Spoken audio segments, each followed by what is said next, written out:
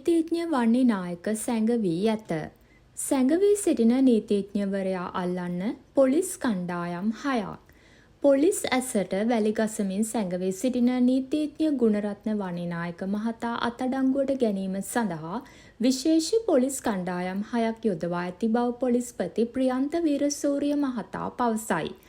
සැකකාර නීතිඥවරයා පදිංචි නිවස ඇතුළු ස්ථාන රැසක් පොලිසිය විසින් දින 2ක් තිස්සේ පරීක්ෂා කර ඇතත් ඔහු එම ස්ථානවල සිට නැත.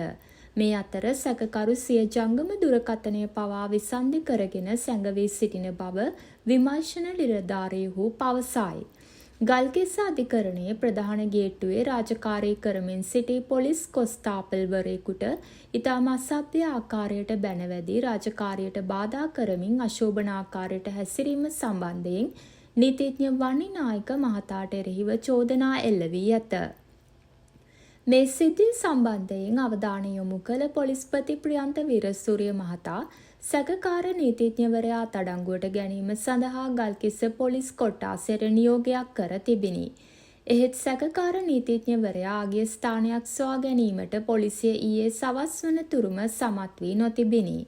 සැකකාර නීතිඥවරයා පොලිසියට හෝ අධිකරණය වෙත භාරවන බවත් ඊයේ සවස් වන තුරුම දැනුම් දී නොතිබිණි. සැකකරු කෙසේ හෝ අත්අඩංගුවට ගෙන අධිකරණය වෙත ඉදිරිපත් කිරීමට කටයුතු කරන බවත් ඒ සඳහා පොලිස් මෙහෙයුම් දිගටම ක්‍රියාත්මක කරන බවත් විමර්ශන නිලධාරීහු පවසති. තවත් මෙවැනි උණුසුම් පුවත් දැන ගැනීම සඳහා අප චැනලය සමග රැඳී සිටින්න.